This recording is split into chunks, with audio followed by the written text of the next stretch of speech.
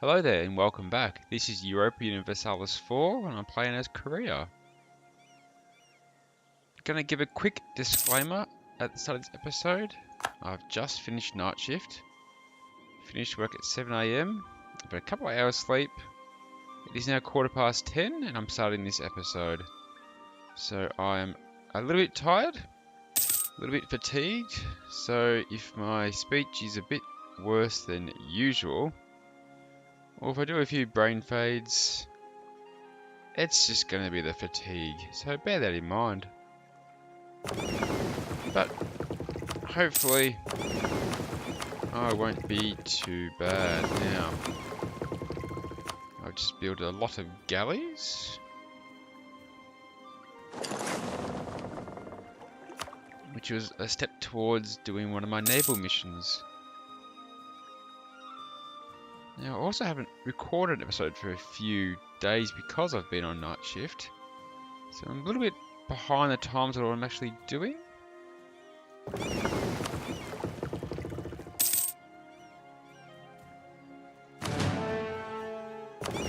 I'll take a minute just to reacquaint myself with the world. Truce's got another 3 years left, in Japan at least. Yakin's got 9. Was it 11? 11. Yeah, one of my plans was to... No one wants to work. With the generous liberties we have granted our merchants, we have ended up with a situation where people simply don't want to do honest work anymore. Lose 25 ducats, right. I've got a plan where I'm going to try circle around Ming and keep taking land up here towards Russia. Hopefully I can get close enough to Russia that they will accept an alliance. If I get an alliance with Russia, the Timurids, and Dali by pushing into this area, we might be able to form a little group that's strong enough to defeat Ming. So I'm going to do another war with Yakin when I can. Start a war with... Yep, with Transoxiana, whatever it is, Transoxiana. And get as close to the Russia's borders as I can. Hopefully they won't think I've got distant borders and they'll ally. In the meantime, I'm gonna look at what's happening in Ming, and so in Japan. I'm slowly wearing them away. I should be able to take over the whole country in a few wars. I can get Diplotech 13 now, so I'll take that. Chartered companies. The world is a big place, and in order to develop our trade in it, sometimes quite big risks must be taken. Luckily, there are merchants in our country that would be willing to do so, using mostly their own capital. By sanctioning such companies with a government charter, giving them special rights to exercise government powers as well as monopolies in certain areas, we can control and encourage commercial development of everything from foreign trade contacts to our colonial possessions overseas. So it gives me the new unit, the brig, and my trade efficiency has been increased by 2%. And now that is at 13, I get the next military tech. I'm just going to check one thing first. Institutions.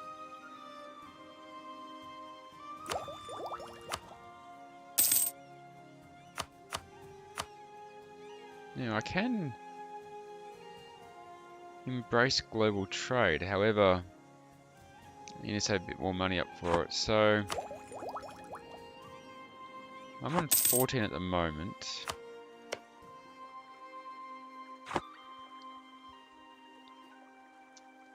I wonder, could I save up money?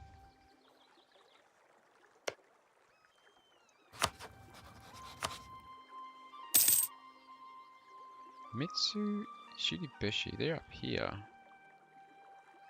Surunga. Surunga's there. Take a claim on that. I'm making 9 ducats a month.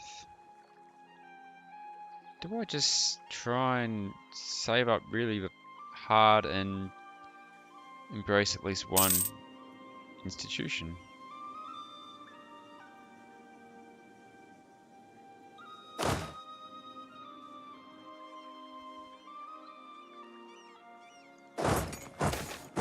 Border friction. Across our country, there is outrage that we would ally with a nation who holds provinces which are rightfully ours. Oh, this is Ashikaga. That's different.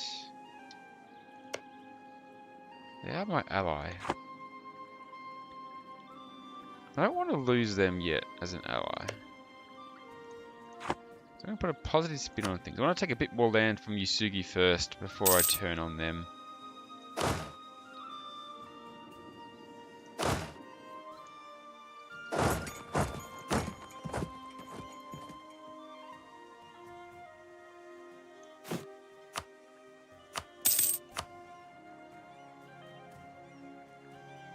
What? The province of Hetuala is no longer... Oh, that's right. It's a province that Ming took from me in their brief period of pure hatred.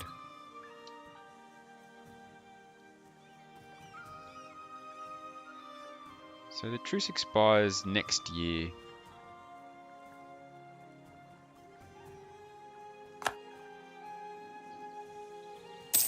Yarkand. What kind of claims can I get on Yarkand?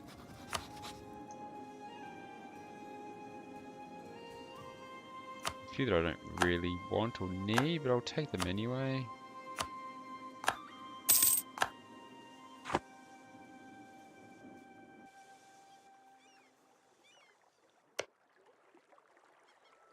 Yeah, so last war I made them break their alliance. The problem is, by the time your own treaty, or the peace treaty with them, with a truce, sorry, ends with those two countries to declare war again, they can re-ally. So it's a bit of a pointless thing to do. Because now they're allied again, and it's a bit for naught.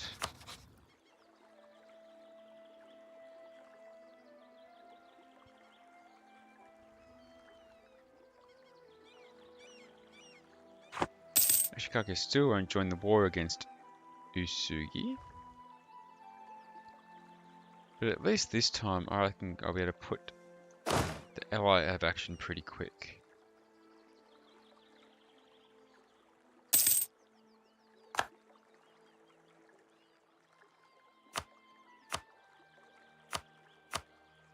Whoa, that's a pretty good province to build a workshop. But I'm trying to save money so I can embrace global trade. So still need 2,100 ducats to do so.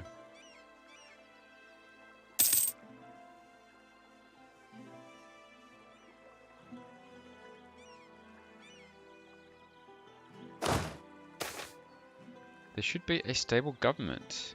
Several of the leading members of the government are deeply worried about some changes proposed to how the realm should be ruled. They demand a stop to such outrageous reforms based on our tried and proved traditions, naturally avoiding mentioning how the changes would impact their own power base. Lose admin power, prestige, or a little bit less prestige. I'll take the little bit less prestige loss. Threaten to expose their secrets unless they back down.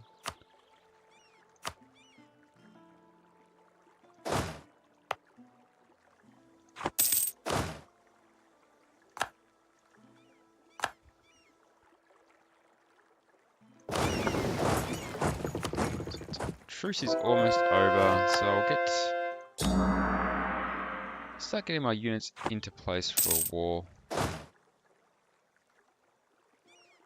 So I'm going to take these two provinces of Ito quite quickly, and then I will send my army. We'll send this army to reinforce up in Yusugi, and I'll take a few more provinces from there.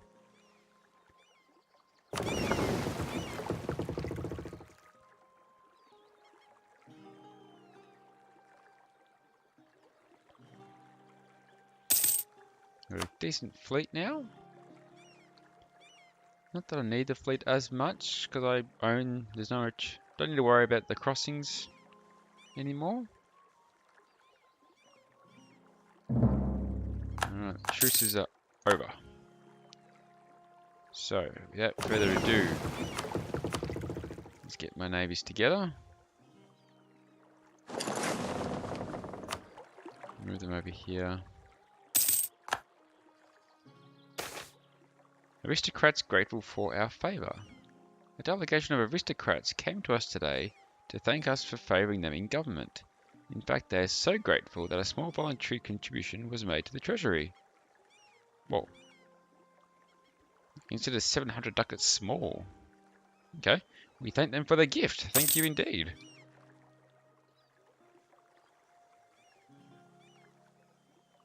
Okay, so my navy is all together. And I think, let's quickly pause it for a sec. I will get, actually, we'll get that next mill tech now, just to give me a bit more boost in combat. So it's more Mauritian infantry. The size and depth of the Spanish square gave it staying power, but made it slow and cumbersome to maneuver on the battlefield. It also led to a large percentage of troops being inactive during battles. Maurice of Nassau, the stadtholder of the Netherlands, reduced the total number of men in the formation to make it more mobile and reduce its depth, so it maintained the same firepower and shock values. So I got an increase to military tactics and land morale, and I've got a new infantry unit available. The Asian mass infantry, so I'll take that. Wait for the associated morale drop to replenish.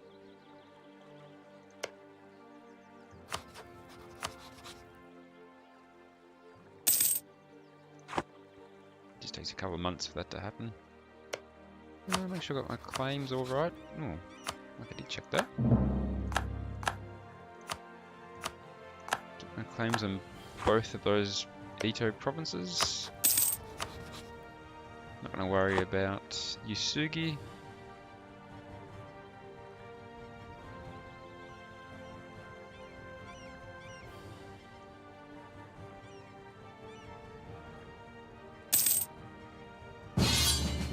Oh, don't you dare. What happens? Oh, you rat.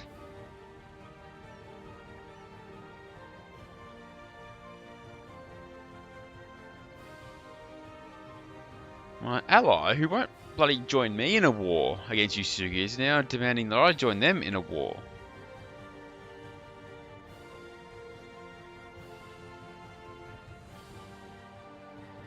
Which means that any bloody losses or any gains made are going to go to him. If I decline this, I lose 25 prestige.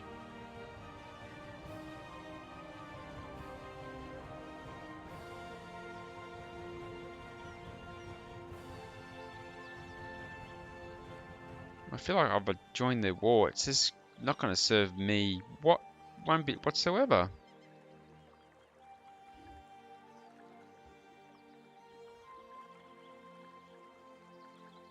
Or because I have to wait that tiny little bit extra.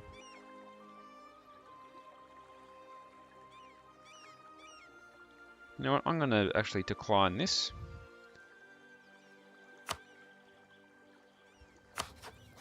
And declare war myself.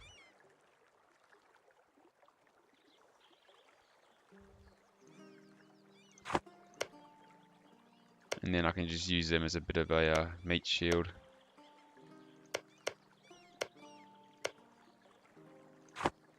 Hopefully I can soak up some losses for me. That's just a dirty move. I'm going to make Suruga my war goal, because that's a very high valued province.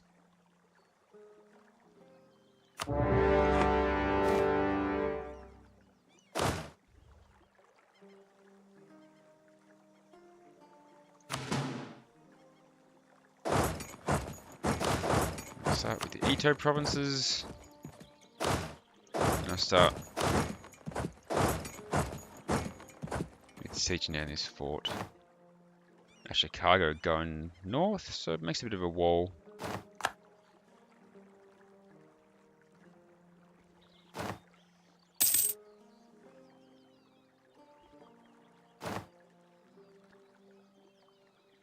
No, they've started straight for the Echu province.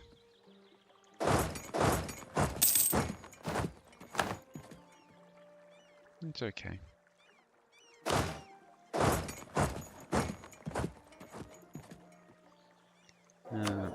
Advisor died, so I'll get him back. Might just go for a cheap one, just so I can save some money to get my institutions quicker and make more tax in production. So I'll go to the tax modifier guy, Inga.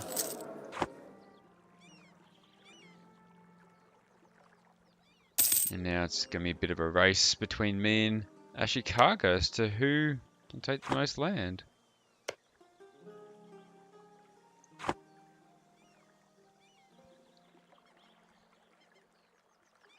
And given the speed that my sieges are going, I might win this.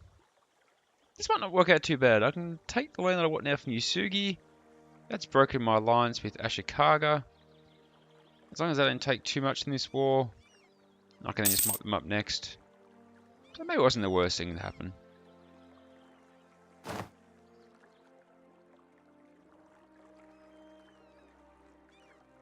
Oh, they're moving out. No, right?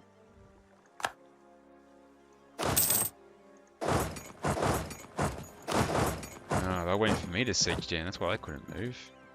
Cheeky devils.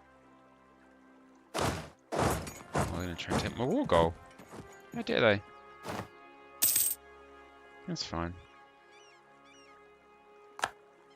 Alright, so that's Ito siege down. Let's get them out of the war.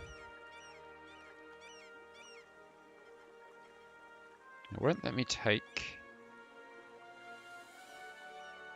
both provinces yet. So I guess I'll just sit on it for a little bit of time.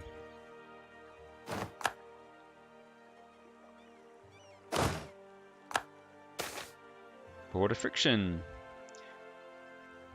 This one's about Ashikaga as well. Across our country, there is outrage that we would ally with a nation who holds provinces which are rightfully ours. I don't think they were my ally anymore. Because I didn't join them in war. I lost them as an ally. So I will... Perhaps a policy change is in order. In my opinion of them, drops. That is definitely sowing the seeds of war. Timurids have announced me as a rival. Well, there goes my plan of using them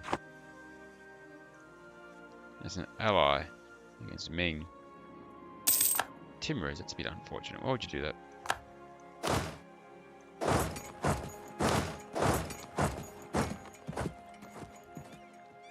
I can't believe they went straight for that province. They beeline towards it. They knew I wanted it. It matters not. Can I pace out Ito yet? How much money do I have? Not much. Not much to be worthwhile.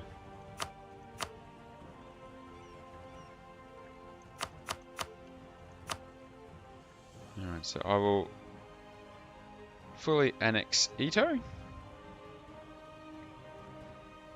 take their lands.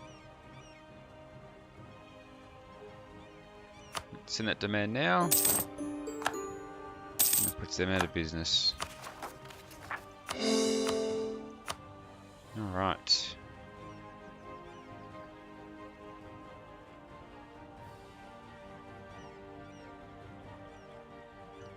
I'll send up one more of these armies to help with taking over Yusugi. With one of my war enemies down. I will leave this episode there. Got a bit more work to do still. Taking over the rest of Yusugi. And so if you come back next episode, I will conclude this war. Thanks for watching, guys. Appreciate the support. And I hope to see you next time. Take care out there.